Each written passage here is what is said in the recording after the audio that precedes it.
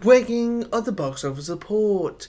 Today I'm going to talk about the weekly update of what's doing well and not doing well in theaters around the world, and naturally, because let's be honest, it's all about the Americans and nothing else.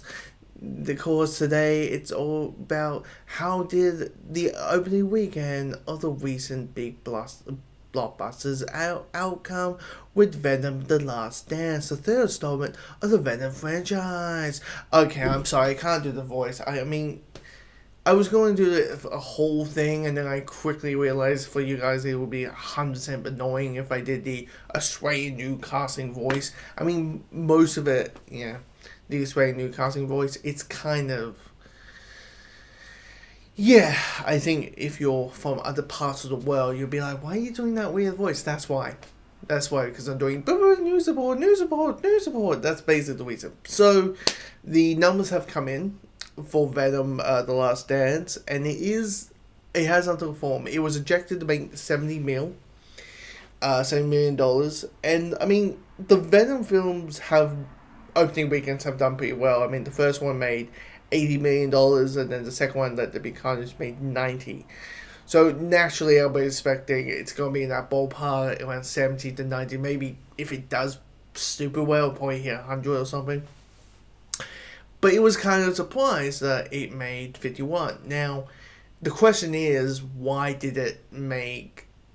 Where's the extra 19 mil? And the analyze reading the Deadline article, I believe. The Variety article suggests that the reason it didn't do as much well as the other two films is that people who go see comic book movies or superhero films based on the big two want to see the stakes getting whizzing and whizzing and whizzing and whizzing up, No Way Home is a multiverse type of shenanigans type thing, or Civil War is like Captain America Civil War is basically Avengers 2.5, or Thor Ragnarok. You're spoiling, you're taking away the things that we link to the character and those are hoaxing and all that kind of stuff. So people want the stakes to be whizzing.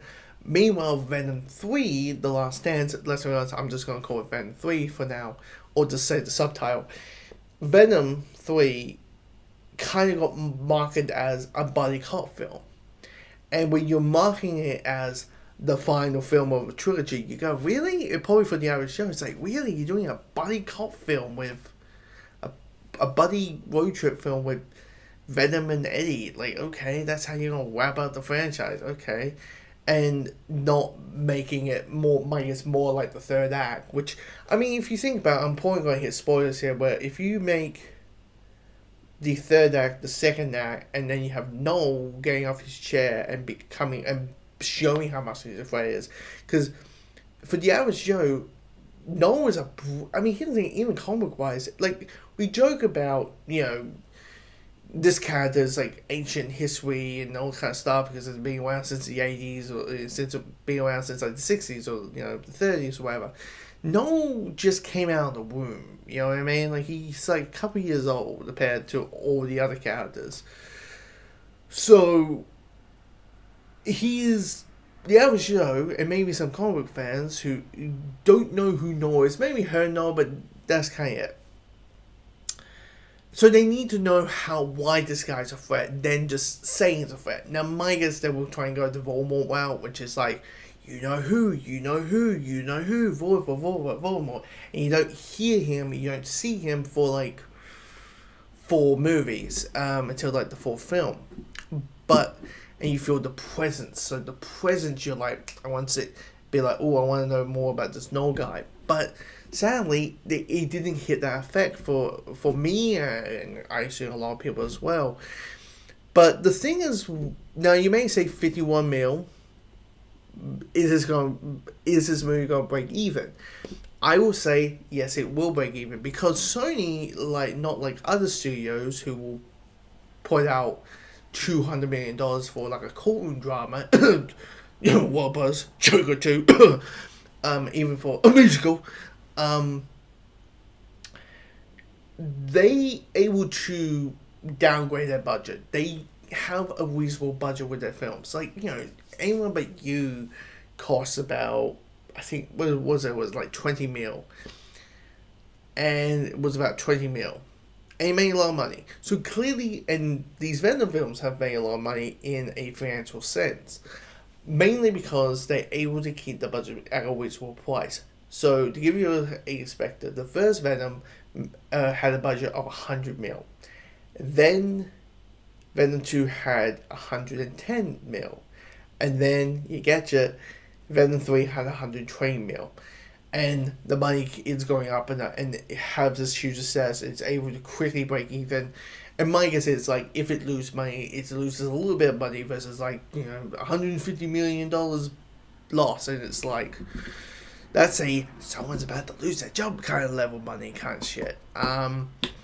So I think it's going to be fine. And also, a sense of a little bit of help here is internationally. This movie is doing remarkably well internationally. It has come out that, like, at total, this movie has made 175 million. So there's $124 million worldwide. So clearly, this movie has always made the production budget. This movie probably needs to make like 280 or maybe 250 to break even, honestly, because you got 120, and then you got the production budget, so they probably spend about 80, so 200, and then 3/3 goes to the studio. Sorry, not to the studio, to the theaters. So probably it needs to make about 260 to break even. I mean, it's not a lot. It's not a lot. So there's a high possibility that this movie clocks maybe 300 mil, maybe 400 mil. But what studios want is an upward or increase, or at a point where it's like, okay, this is how much we're looking at. The moment it goes down, and maybe has a huge amount, and the amount is, okay, each Venom film makes less and less and less. If we make a full film, even if it's like, okay, we said goodbye to Eddie, but this time Venom is attached to someone else, like, I don't know, like a Flash Thompson or someone, and that's Venom 4. I feel like if I was sued, I would be worried that it's going to make less money. Now, it could be a intriguing aspect of things, that the might be a treat thing, like, hey, this is a brand new thing, maybe they'll change things up and all kind of stuff, maybe. But there's a level of, I think, Venom, I think it's going to break even. It's going to make money, but I don't think maybe it'll be enough to be like, let's make a sequel, you know what I mean? So, let's make a Venom 4. If I was sorry, I'll be like, maybe 3 was enough. Let's hopefully Craven makes a lot of money so we can make sequels out of that. Now, of course, they just announced a release date for Spider-Man 4, but that's co-produced with Marvel, so take that as you will. And also, when the hell is Beyond the Spider-Man meant to come out? Please tell me. I would like to know. I think everybody wants to know.